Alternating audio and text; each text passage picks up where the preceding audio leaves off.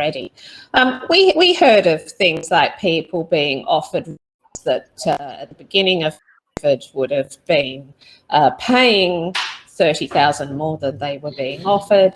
Lots just ghosted through the process, and we all watched the rise of Steve Flood's Circle Back initiative, which is gaining in popularity with a lot of that are signing up to it, and Paula's organisation is one of those, and she'll cover it today.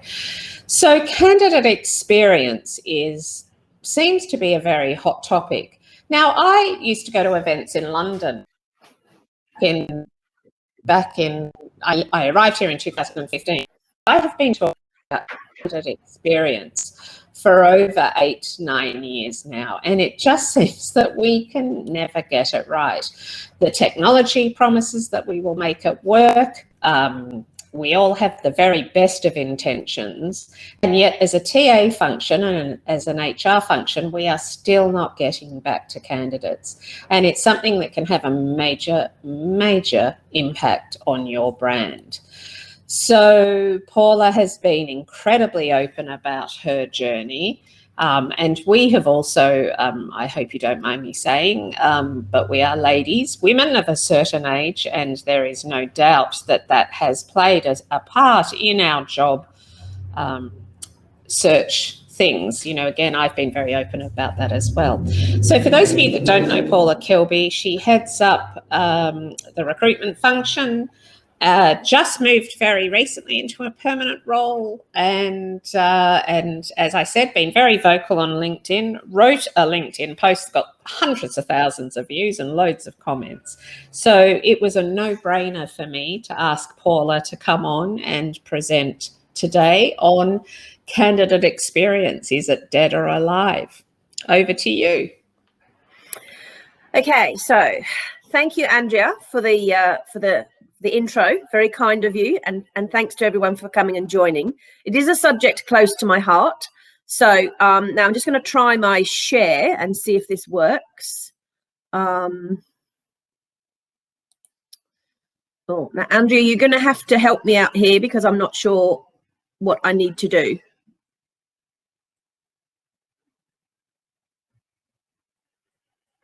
Andrea? Oh, here, Paula, you should have a button on the bottom beside your icon that says share. Yeah. So is it entire screen, window, or? So you need to share the to your entire screen, is it? Entire screen, yes. And then maximize your presentation. Oh. And then maximize my presentation. Yes. Okay, can you see my screen? We can see your screen, and we can see it. We can see the presentation as well?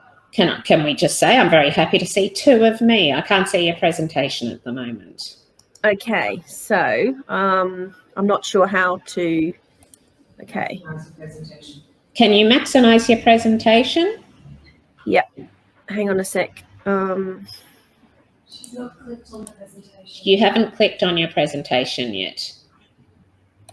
Okay, so let me just get out of this and just. So for those of you that were this morning, I was singing from Singing in the Rain, the very happy good morning song. Look at that, that's amazing. Okay, I can't seem to get this to work, Andrea, so. All right. So you've got her presentation, Andrea. Have you emailed me the presentation, Paula? You've got it. I've got it. Okay. I've changed it. I've changed it, so I need to do it from mine. So yeah. Because it could be in a second screen. Do you need to? Here we go. I have your presentation. So if you unshare, and I can share it for you, and you can just tell me when to hit the button. Andrea, I need to share the latest version of the presentation with you. So because that's why I need to do it from here. She needs to get off Remo. On her screen is Remo. She needs to click on her presentation. So. Okay, you need to click on your presentation. So. Yep, I'm in my presentation. So share screen. Share screen. So go share screen. Yep. Thanks, James Telfer, that you're loving Remo. Hang on a second. We are at the moment as well, I can tell you that. Andrew, it's not working. Sorry. Okay, I can definitely share your older version of it. Is that better than nothing? Yeah, I think what I'll have to do is I'll just email you quickly the latest version so you've got it. All right. Yep, lovely, and we can share that later with people. So that's okay. Just fine. So I'm just going to open with Google Slides, and I'm going to share. Can I just say, everybody, that we don't have this problem if we are in live events. So can you? Apparently we do, according to Michelle. But let me just say, live events are so much happier. Andrea, can you just give me your email address really quickly? Andrea at talent-table.com. Okay.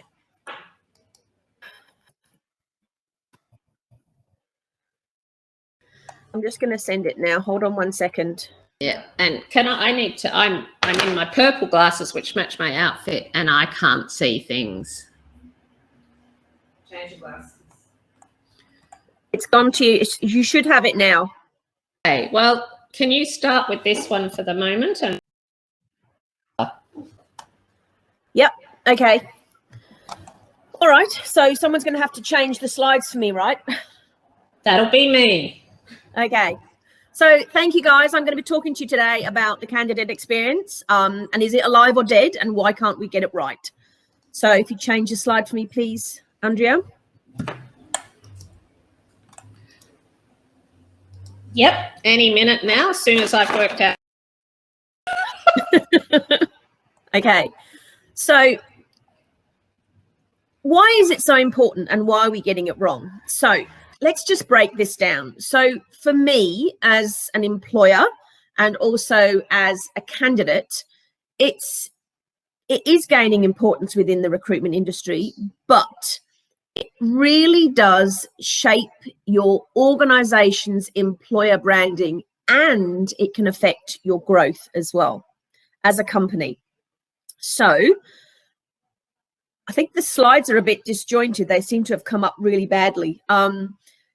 So candidate experience, when you think about it, it's how candidates feel and behave towards your company as an employer. So it covers everything from sourcing, the application, the rejection, the interviewing, the way you market your roles, your job description, and everything. Okay, next slide. Thank you.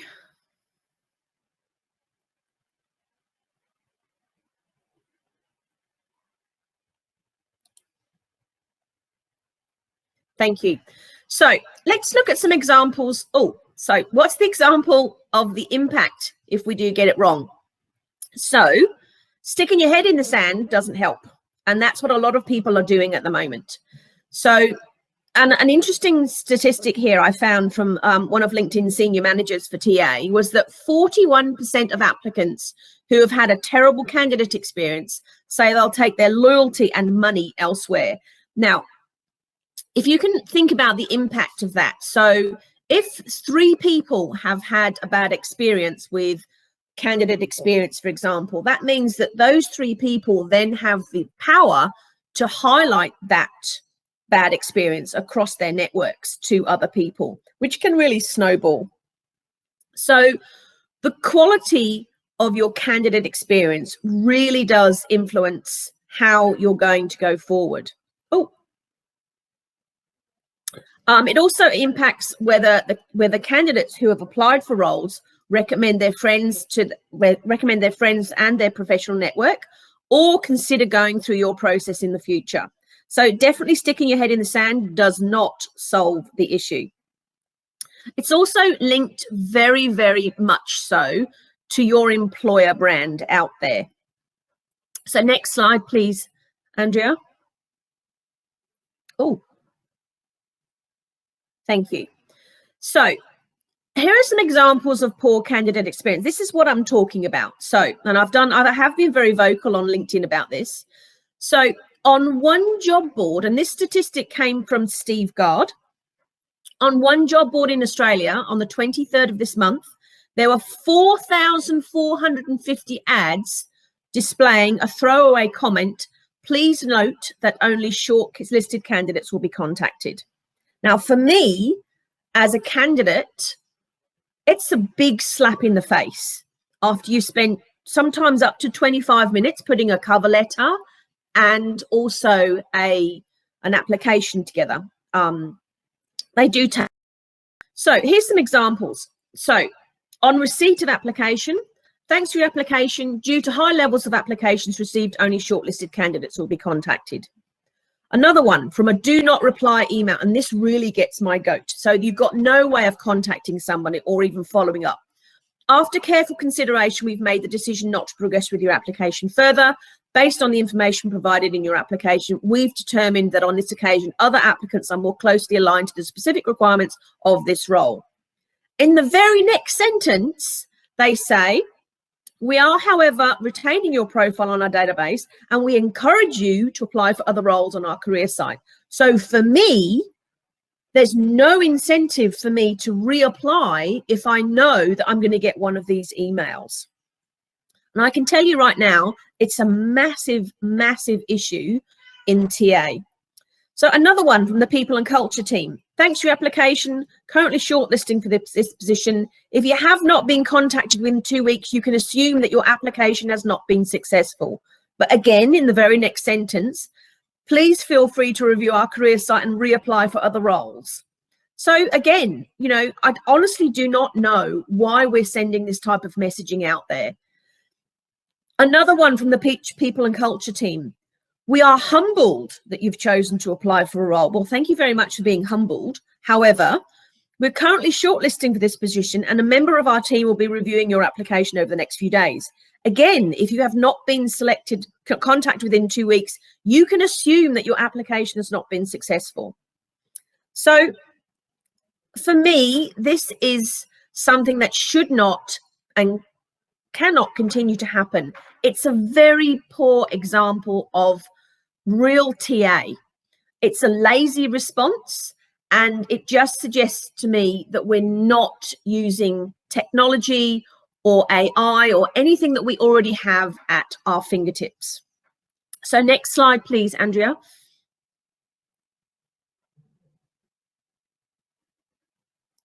Oh, no, I can't see that.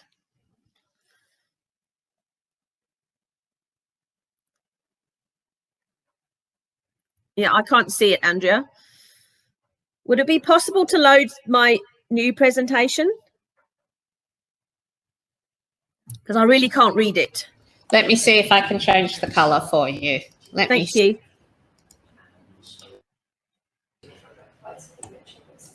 Let me see what my skills are like, shall we?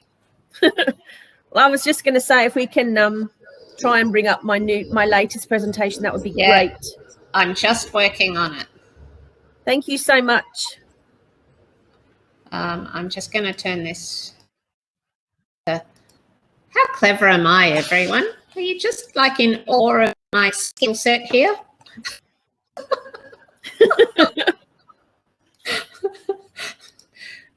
Oh. All right, let me just try and make it smaller. I'm just getting my team in the background to work on your other slide. Thank you very much. All right, can you see that now? I'm just going back to present. Thank you. There we go. I've got a blank. Oh, there we go. So when we think about talent acquisition, it's about building relationships with candidates and hiring teams.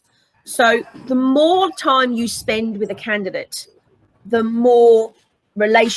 stronger the relationship you're going to have with them. And we all interview lots of candidates, and we've all got time management issues. But I think what we need to do is we need to look at how we're treating these candidates. So the first thing to look at is your ATS tech. Ask yourself, is it actually working for you? Do you really understand what that system is capable of doing? You may only have access to certain parts of it, which is hampering what you need to do from a candidate experience. But it's just a quick phone call to understand whether you can switch it on. It might just cost you a couple of $100. It might just mean that it will save you time. And also get the marketing and teams involved from a branding perspective to look at your messaging. The first thing that you need to highlight, though, is to put your hand up and say, yes, we have an issue with candidate experience. We're not doing it well. So the second thing you need to do is, are you using pre-screening questions when you post job adverts? So this is something that I've had a lot of companies who have come to me and said, look, how can we do this better? So talent acquisition, in order to get time back, and I know that some of you have hundreds of applications, is to focus your time on where you should be working and not where you shouldn't. So this is where your rejection messaging comes in. And use technology as an enabler. It's really not an enemy for you. It's there to help you save time and focus your energy where you should be. And if you use this properly, it will work for you. I know, because I've done it myself, and I get hundreds of applications all the time. So set up your job adverts on LinkedIn and Seek or wherever and also put on your contact details. Anonymity is not going to help you build relationships with candidates. I still do not understand why job posters do not put their profiles up there.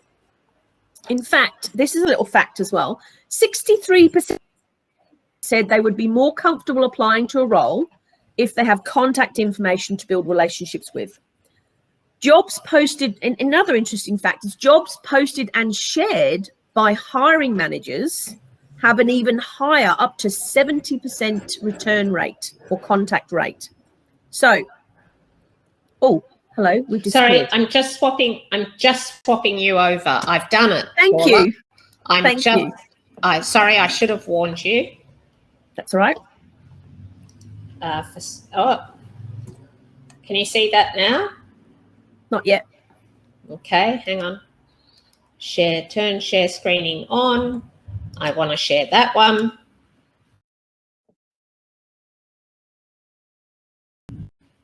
There we go. Is that it? Thank you. Yep, thank you. I'm just going to make that a bit bigger for me so I can see it. Thank you. So set up your messaging within groups within your ATS, and it's not that hard to do. It's just that you need to learn the technology that you have at your fingertips to make sure you can do this. So, oh, it's gone again, Andrea. Oh, it's because it keeps appearing on my... Sorry, everyone.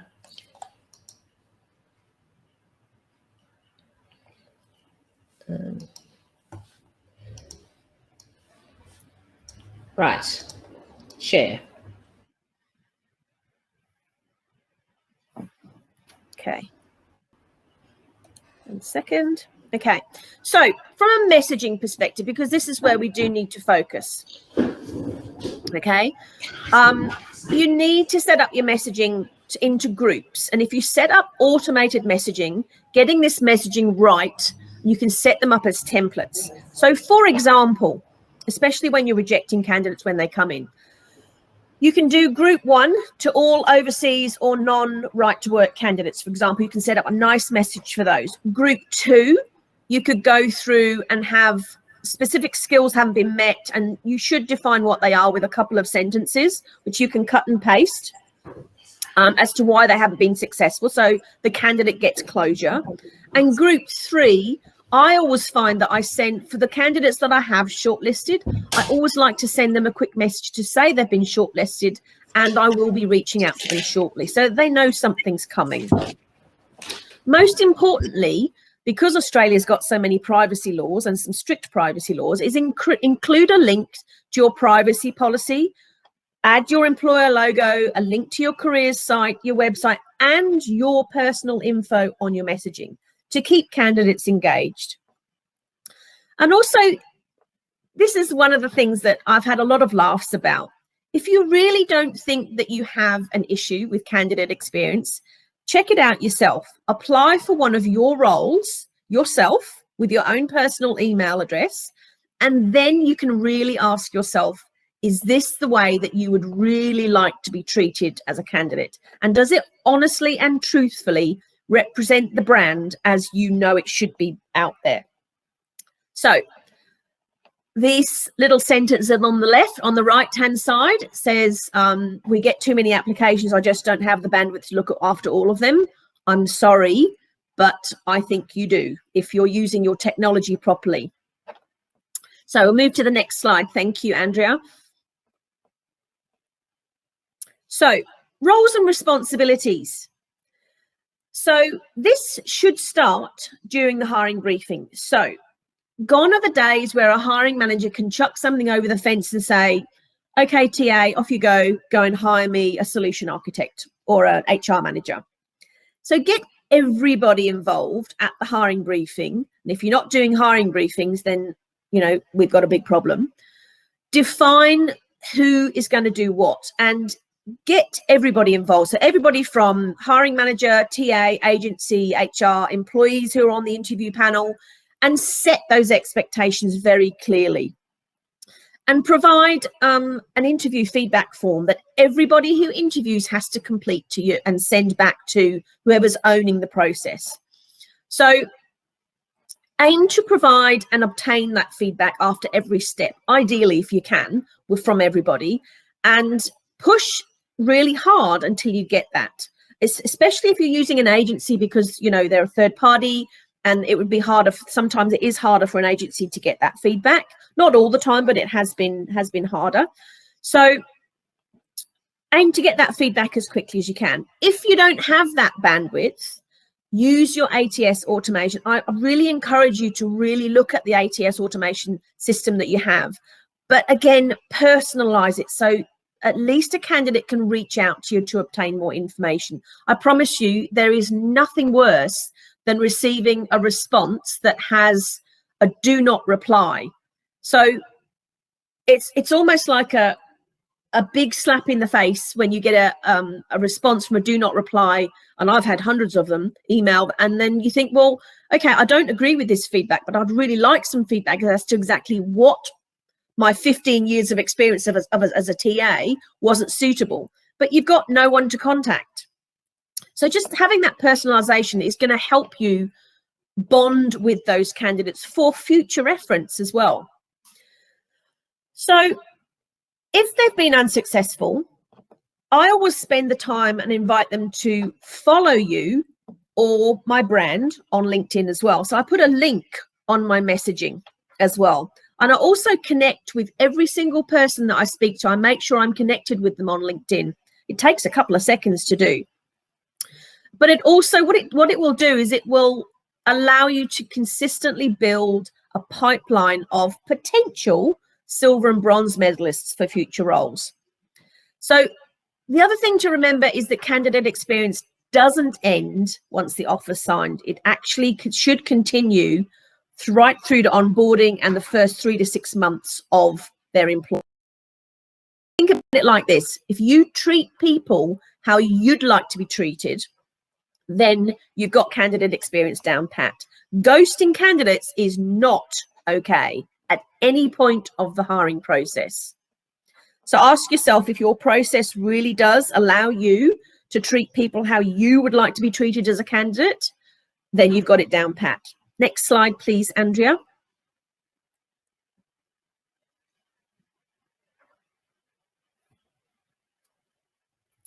Oh, it's gone again.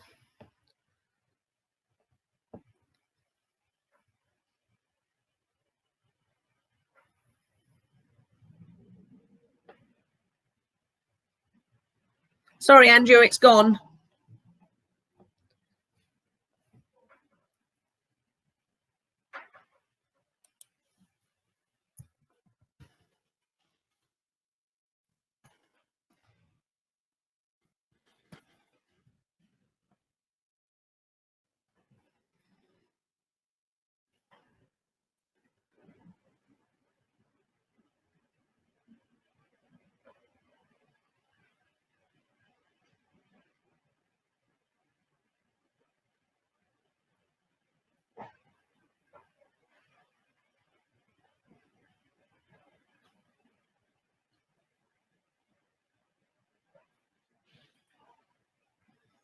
Okay, so we're back on, I think. So what does a good candidate experience look like? So this is this is a standard template that I use. So it thanks people for taking the time to apply for a role, and it outlines the role that I've got. And it gives me a call to act, gives the candidate a call to action. So we do appreciate the time taken to apply for the role, and we will review it and come back to you in due course. Now, if you've given yourself a time limit, then say to people, it may take up to 10 days to complete the review of all CVs due to the volumes of applications you receive. Now, I know that a lot of you are getting a lot of applications, but putting this next sentence on for me has really helped me build candidate pipelines. If you'd like to follow up on your application, please feel free to contact me. And then you can add your website and an option to follow you on LinkedIn where you'd insert the link. So it allows them to keep abreast of anything that happens with your company. They will see everything if they follow you. Then on the bottom, I'm also a member of the Circle Back initiative, so I actually do put that logo on there.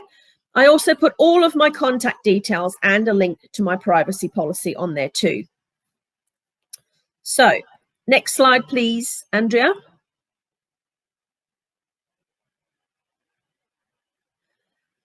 Here's another one.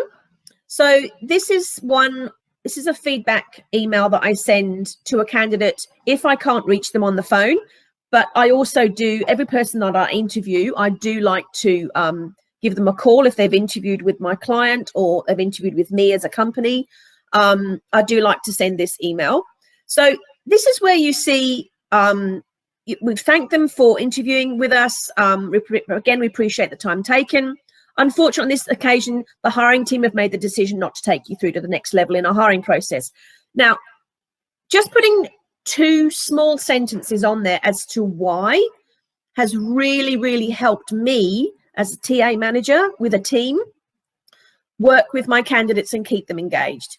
So, and I've literally taken this from, not verbatim, but, you know, I've taken this from feedback received from hiring managers.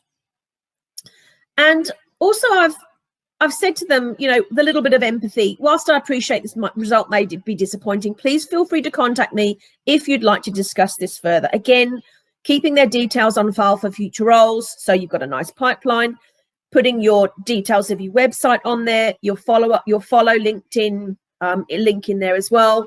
And again, thanking them for their interest in a potential career with us. Again, my details on the bottom, privacy policy link, and the Circle Back initiative logo as well.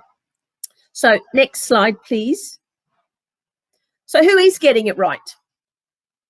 There's a few companies here that are getting it right, and there are a lot of companies that are getting it right, but there's more that are getting it wrong. So I've worked with a lot of these companies, and I know that they're getting it right because they do take the time. Worth pointing out here that EY have thousands upon thousands of applications, and they've done a really good job in getting back to almost all of their candidates.